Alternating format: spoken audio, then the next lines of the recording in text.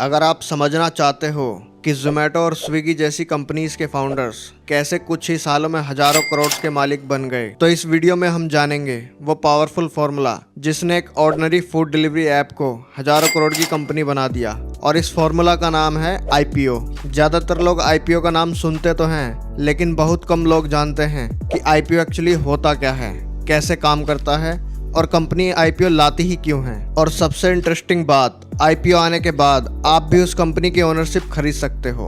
और दोस्तों, अगर आपने अभी तक इस चैनल को सब्सक्राइब नहीं किया तो प्लीज सब्सक्राइब कर लो, ताकि आगे आने वाली सभी वीडियोस आपको सबसे पहले मिले। चलिए एक इंटरेस्टिंग स्टोरी के साथ समझते हैं। इमेजिन करो आपने एक फूड डिलीवरी ऐप बनाया जो लोकल एरिया के रेस्टोरेंट्स से लोगों के घर तक फूड डिलीवरी करता है।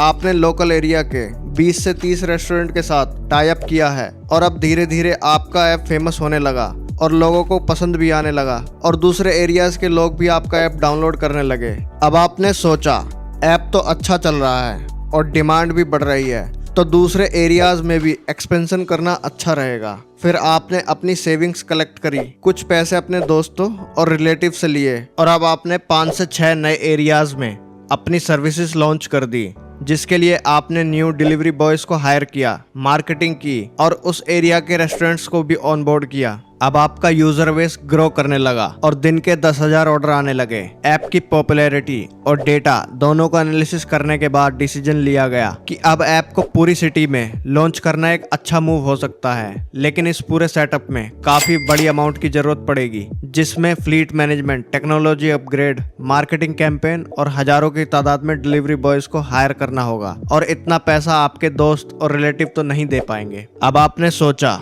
HNIs यानी कि हाई नेटवर्थ इंडिविजुअल से हेल्प लेना सही रहेगा और बदले में कंपनी का कुछ हिस्सा देना होगा। तो आपने कुछ HNI से बात करी, प्रेजेंटेशन दिखाई, नंबर्स, ग्रोथ और फ्यूचर एक्सपेंशन के साथ। तो HNIs इम्प्रेस हुए और फंडिंग के लिए मान गए। ऐसे HNIs को इन्वेस्टर या एंजल इन्वेस्टर कहा जाता है। और ये वही सेम प्रोसेस होता है जैसा कि आपने शार्क टैंक इंडिया में देखा होगा। अब आपने एक एक पैसे का सही यूज किया, ज्यादा से ज्यादा रेस्टोरेंट्स को ऑनबोर्ड किया, टेक्नोलॉजी अपग्रेड करी, इफेक्टिव मार्केटिंग करी, 1000+ डिलीवरी बॉयज को हायर किया और फिर कुछ समय बाद ही रिजल्ट दिखने लगे। अब दिन के 50 से 60 हजार ऑर्डर्स आने लगे और अच्छा रेवेन्यू और प्रॉफिट भी होने लगा। अब कुछ समय बाद आपने सोचा कि पूरी कंट्री के मेजर सिटीज में आपकी सर्विस अवेलेबल होनी चाहिए, लेकिन इसके लिए हजारों करोड़ रुपए चाहिए होंगे और अब इन्वेस्टर्स भी आपको इतना पैसा नहीं दे पाएंगे। तो आप डिसाइड करते हो क्यों ना आम पब्लिक से हेल्प ली जाए और बदले में उन्हें कंपनी का कुछ हिस्सा दे दिया जाए। तो दोस्तों, इस प्रोसेस को ही आईपीओ कहा जाता है, जिसका फुल फॉर्म है इनिशियल पब्लिक ऑफरिंग। क्योंकि अब आम पब्लिक भी आपकी कंपनी का हिस्सा बनने वाली है। इसका मतलब अगर आपकी कंपनी में कुछ भी सही या गलत होता है तो उसका इम्पैक्ट आम पब्लिक को भी झेलना पड़ेगा। इसलिए वेरिफिकेशन के लिए आईपीओ से पहले आपको कुछ जरूरी प्रोसेस से गुजरना होता है, जिसके लिए सबसे पहले आपको एक इन्वेस्टमेंट बैंकर हायर करना होता है, जो आपकी कंपनी को अच्छे से रिव्यू करेगा और सारे नेसेसरी डॉक्यूमेंट्स तैयार करेगा, जिसमें फाइनेंशियल हिस्ट्री, बिजनेस मॉडल, कितना लॉस या प्रॉफिट, फ्यूचर प्लान्स और मार्केट में कितना कंपटीशन है। उसके बाद इन सभी डॉक्यूमेंट्स को लेकर आपको सेबी के पास जाना होगा। सेबी यानी security and exchange board of India, जो इंडियन स्टॉक मार्केट को रेगुलेट करता है और सभी लिस्टेड कंपनीज पर नजर रखता है। सेबी आपके डॉक्यूमेंट्स चेक करने के बाद डिसाइड करेगा कि कंपनी पब्लिक में लिस्ट करने लायक है या नहीं। मान के चलो आपके सभी डॉक्यूमेंट सही हैं और कंपनी को लिस्टिंग परमिशन मिल जाती है। इसके बाद आप DRHP स्टेज में जाते हो, यानी ड्राफ्ट रेड हियरिंग प्रॉस्पेक्टस। इसमें कंपनी का पूरा डिटेल्ड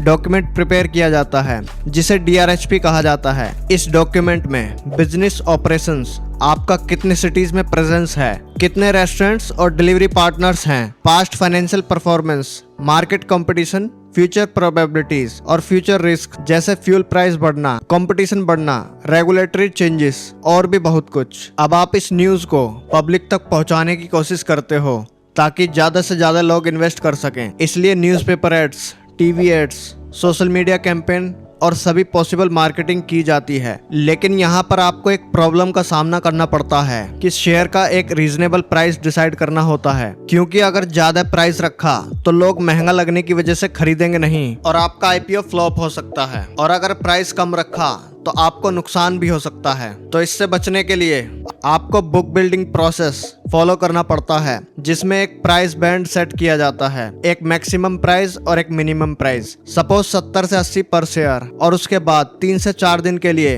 पब्लिक को बिडिंग करने के लिए मौका दिया जाता है। इन्वेस्टर्स अपनी चॉइस के अकॉर्डिंग इस रेंज में किसी भी प्राइस पर बिड कर सकते हैं। बिडिंग पीरियड के बाद आपको क्लियर आइडिया लग जाता है कि मैक्सिमम लोगों ने 76 पर बिड किया है, तो बेहतर होगा कि शेयर प्राइस 76 रखा जाए। कांग्रेचुलेशंस, आपकी कंपनी अब फाइनली पब्लिक में लिस्ट हो चुकी है। अब स्टॉक एक्सचेंज पर कंपनी के शेयर्स ट्रेड होने लगते हैं और आपके पास हजारों करोड़ रुपए के फंड्स आ जाते हैं, जिनका यूज करके पूरे देश में 100 से भी ज्यादा सिटीज में आपने अपनी सर्विसेज लॉन्च करी।